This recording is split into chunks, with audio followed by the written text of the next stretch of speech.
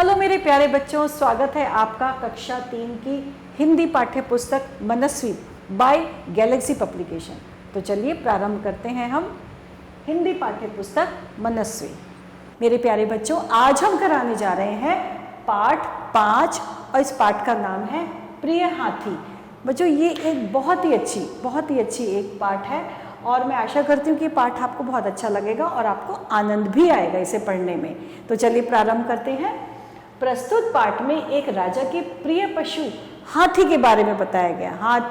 हाथी राजा तो सबको बहुत पसंद है और मुझे पता है कि हाथी सब बच्चों को बहुत अच्छा लगता है। जब भी घर के सामने से या कहीं आप जाते हैं और अगर आपको हाथी दिखता है तो हम सब लोग 1 मिनट के लिए खड़े होकर हाथी को अवश्य देखते हैं, है ना।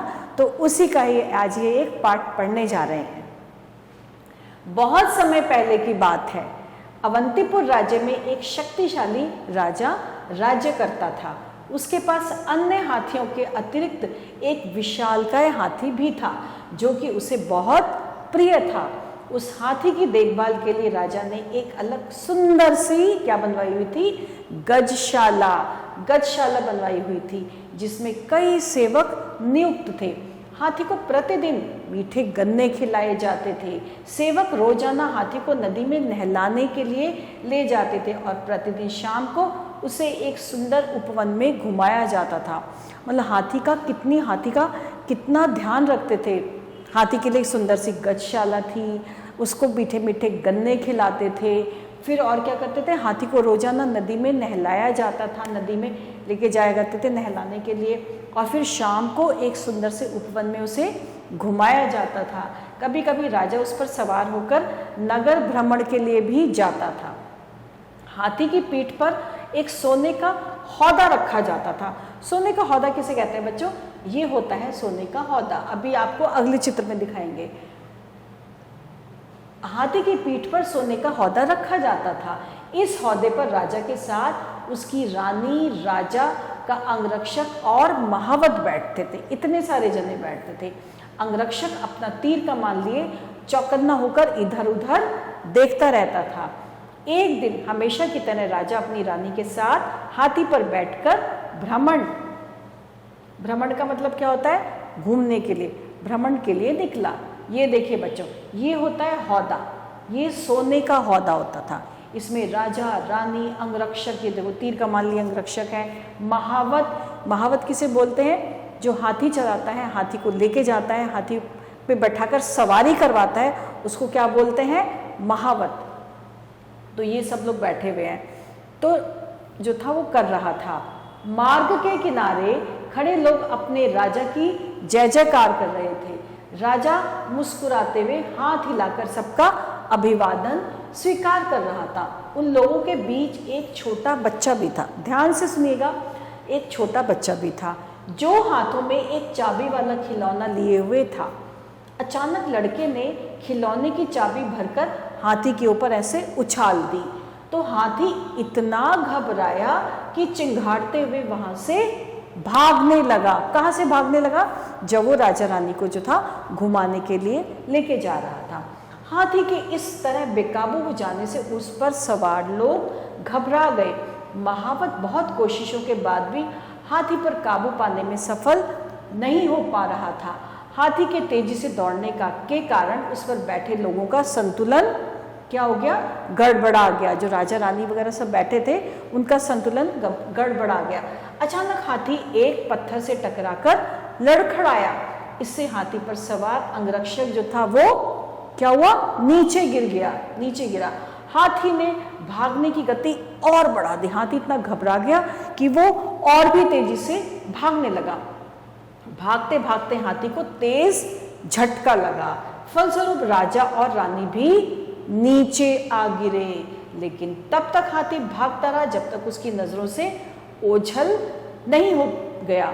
हाथी के इस तरह चले जाने से राजा रानी बहुत उदास हो गए। मतलब हाथी भागता भागता जो था वो इतनी दूर भाग गया कि वो दिखाई नहीं दिया। वो इतनी दूर भागता चला गया।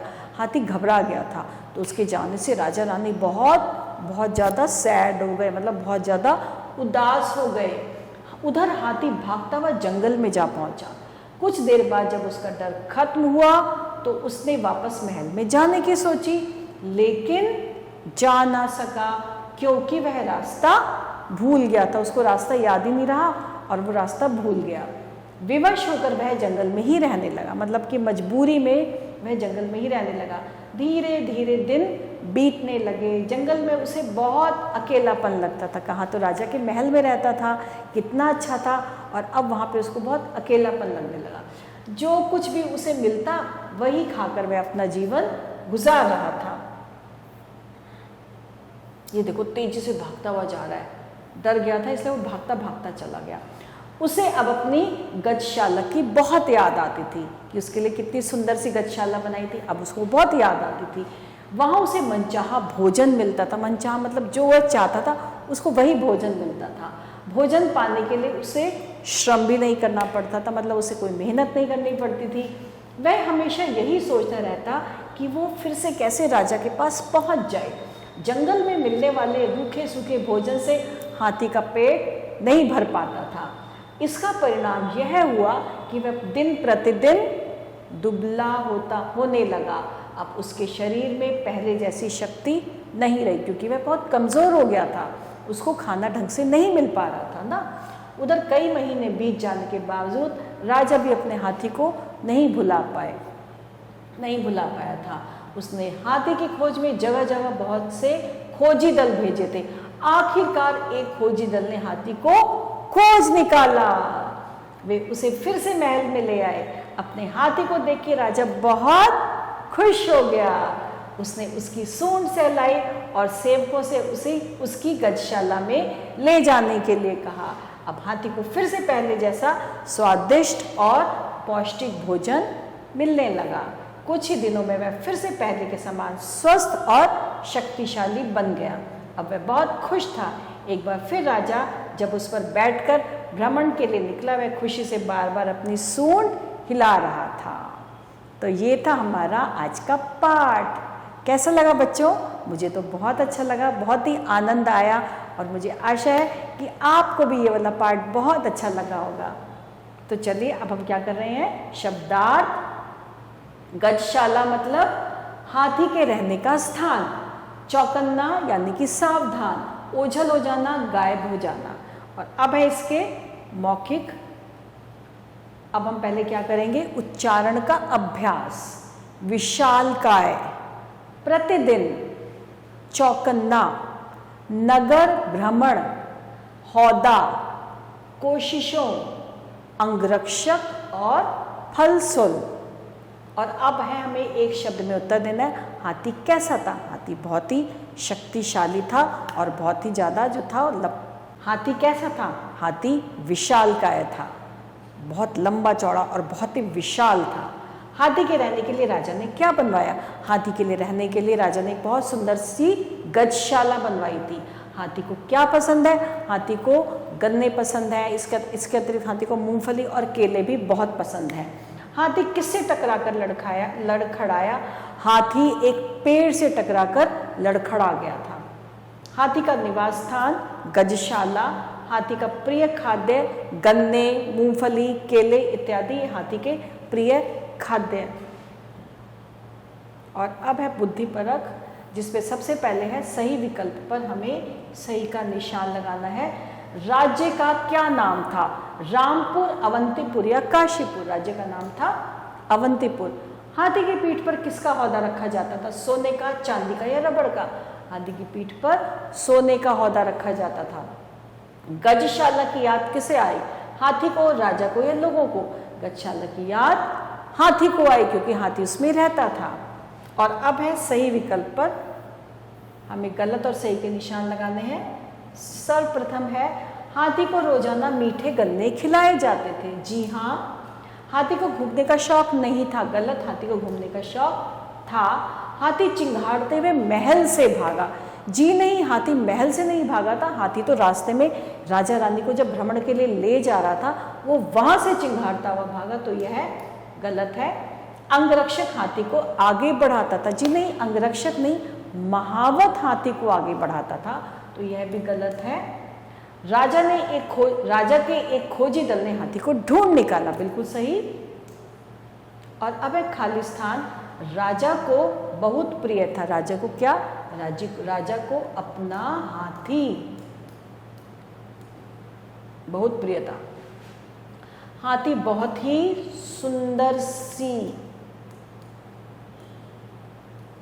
सुंदर सी गजशाला में रहता था। मार्ग के खड़े हुए लोग, मार्ग के किनारे खड़े लोग अपने राजा की कर रहे थे क्या? जय जयकार। उन लोगों के बीच एक बच्चा भी था। कैसा बच्चा था वो? एक छोटा बच्चा भी था। हाथी को पहले जैसा और भोजन मिलने लगा। कैसा? हाथी को पहले जैसा पौष्टिक और स्वादिष्ट।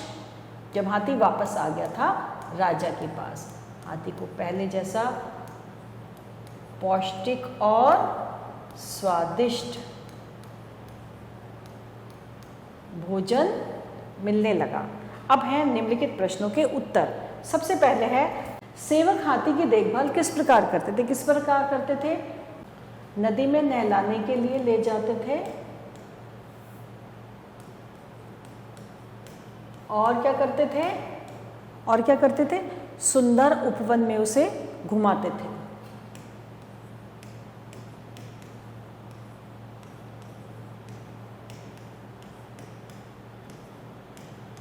सुंदर उपवन में वो घूमता था। उपवन क्या होता है? उपवन का मतलब होता है बगीचा या बाग। दुर्घटना वाले दिन हाथी पर कौन कौन बैठा था? कौन कौन बैठा था? राजा, रानी और अंगरक्षक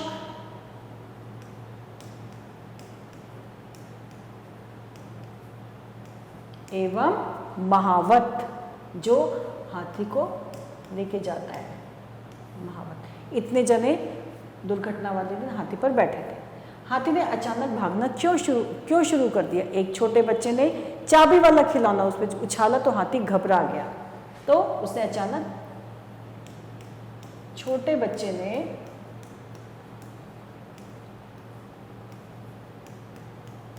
चाबी वाला खिलौना उछाल दिया।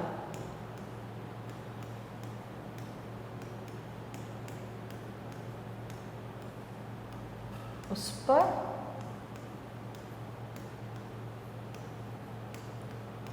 उछाल दिया था।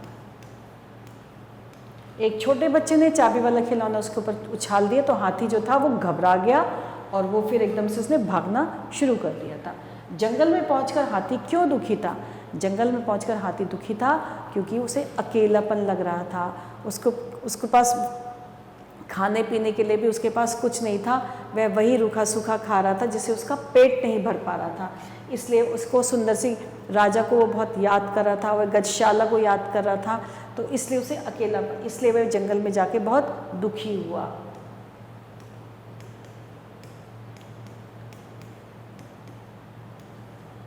अकेलापन महसूस कर रहा था, अकेलापन महसूस कर रहा था और खाने पीने के लिए भी उसे बहुत ही ज़्यादा, उसका पेट नहीं भर पा रहा था। तो इसलिए वह जो था बहुत दुखी था। राजा के पास दोबारा पहुंचने पर हाथी की क्या प्रतिक्रिया हुई? राजा के पास दोबारा पहुंचने पर हाथी बहुत खुश हो गया और वह फिर से स्वस्थ हो गया। और जब राजा उसके पास पहुंचा उसे घुमाने के लिए तो बार बार खुशी से वो अपनी सूंड को ऊपर कर रहा था।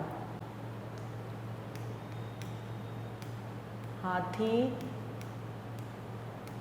बहुत प्रसन्न था।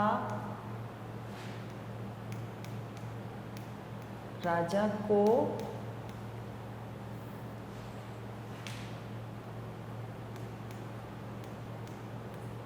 भ्रमण करवाते हुए खुशी से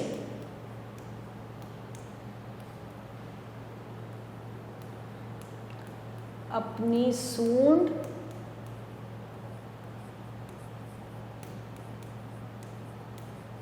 हवा में क्या कर रहा था? लहरा रहा था या उछाल रहा था।